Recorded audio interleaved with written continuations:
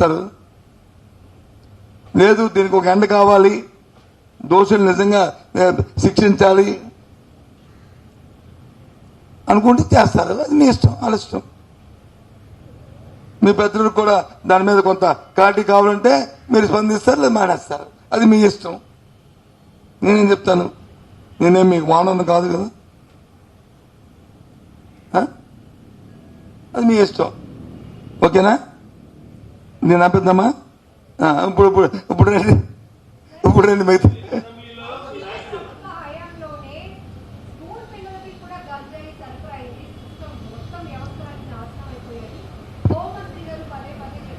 అమ్మా ఒకటి చెప్పేదమ్మా,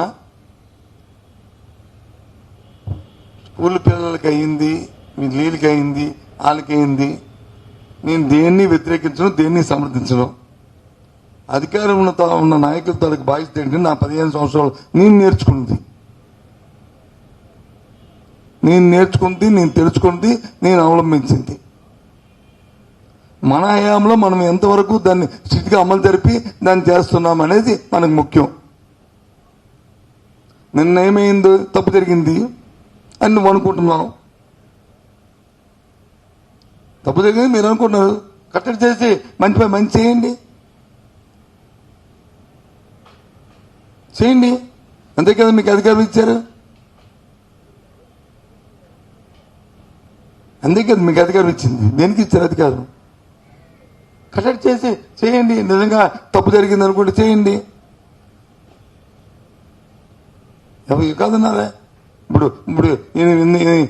ఇంతకు ముందు ఎప్పుడు కూడా చిన్నపిల్లల మీద హత్య, మానభంగాలు అవి జరగలేదు నేను అనలేదే. ఏదో జరిగితే ఎప్పుడో సంవత్సరానికో లేదా 2 సంవత్సరాలకో ఒకటో రిపోర్ట్ అయ్యేవి. ఈ 45 సంవత్సరాలు 8 రిపోర్ట్ అయ్యేవే. 8 రిపోర్ట్ అయ్యేవి. మీరు ఉండండి, మీరు ఆత్మహత్య చేసుకుని బయటికి వెళ్ళి ఐఎమ్ సారీ. నేనెందుకు ఆత్మవిమర్శ చేసుకుంటాను?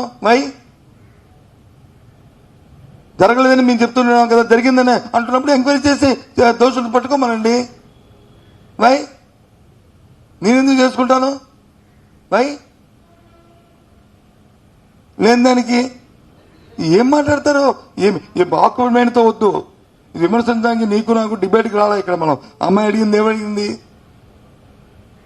సరే అంటున్నానంటే దాన్ని నిన్న జరిగింది వేస్ట్, రేపు ఏం జరుగుతుందో చూసుకోమనండి. ఒకవేళ జరిగిందంటే ఆ దోషులు పట్టుకొని శిక్షించండి అని చెప్పాను. వద్దలేదే. నువ్వు జరిగిందంటావు, నేను జరగలేదు అని చెప్తున్నాను. లేదు జరిగింది, ఎస్. దాని మీద ఎంక్వైరీ చేసుకుని ఎవరు దోషులు శిక్షించు. అందుకే కదా ఇచ్చారు. మీ వైఫల్యం చెందామనే కదా మాకు మమ్మల్ని ఇక్కడ కూర్చోబెట్టారు. కాదనలే కదా మేము తగ్గుతామని మేము ఎగరట్లే కదా. ఎగిరేమా? ఇంకోటి చెప్పండి.